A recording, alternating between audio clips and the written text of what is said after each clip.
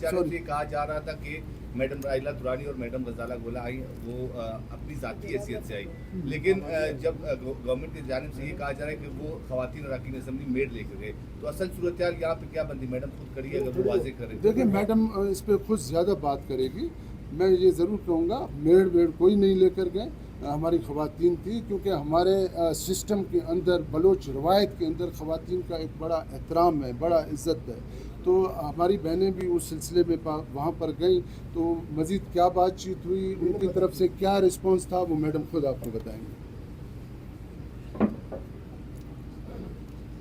دیکھیں ہمیں اور غزالہ گولہ ہم ظاہر ہمارا ایک سیاسی بیک گراؤنڈ ہے، ہم ورکر لیول سے چلے ہیں، تو ہماری یہی کوشش تھی کہ جو صورتحال ہم دیکھ رہے تھے تو ہم نے کہا کہ ہم ایک خواتین کی حیثیت سے، خواتین لیڈر کی حیثیت سے ہم جائیں اور اختر مینگل صاحب سے بات کریں۔ اور جب ہم وہاں پر گئے ہم نے انہیں بتایا بھی، انہوں نے پہلا کویسچن یہ کہ آپ کو کس نے بھیجا ہے؟ ہم نے کہا ہمیں کسی نے نہیں بھیجا ہے، اور یہ اٹس لائک دس۔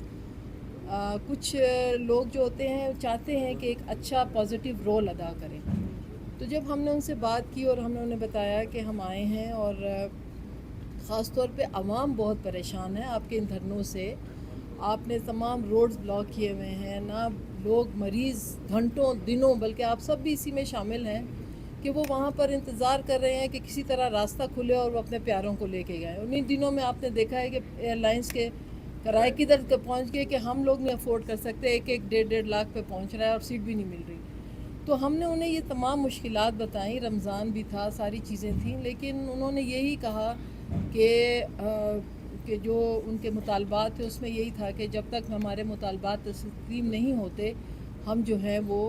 یہ نہیں کریں گے۔ انہوں نے کہا کہ میڈ کو نہیں کرنا چاہیے، مطلب ایک ہم بھی سیاسی ورکر ہیں، سیاسی طور پہ ہم لوگوں نے، میں اسپیکر رہی ہوں، منسٹر رہی ہوں، غزالہ گولہ صاحبہ اس وقت جو ہیں ڈپٹی اسپیکر ہیں، تو ہم نے تو اپنی بات خواتین کے حوالے سے انہیں پہنچائی ہے۔ اور انہوں نے کہا، میں نے کہا دیکھیں کچھ میٹرز، میں خود ایڈوکیٹ ہوں، کچھ میٹرز جو ہیں وہ عدالتوں میں، جیسے ہمارے پارلیمانی لیڈر نے کہا ہے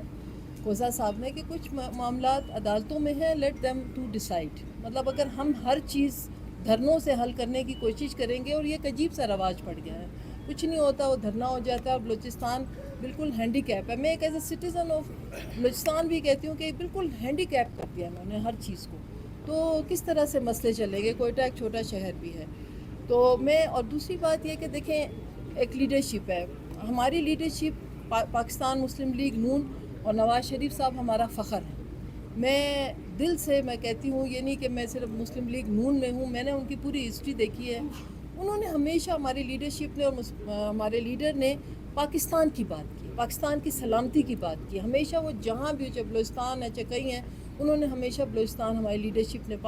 اس وقت بھی ہم پاکستان کے بچانے کے لیے سیاست میں بیٹھے ہوئے ہیں۔ تو اتنے ہمارے لیڈر کو اگر کوئی غلط الفاظ کہے گا ہمارا دل دکھے۔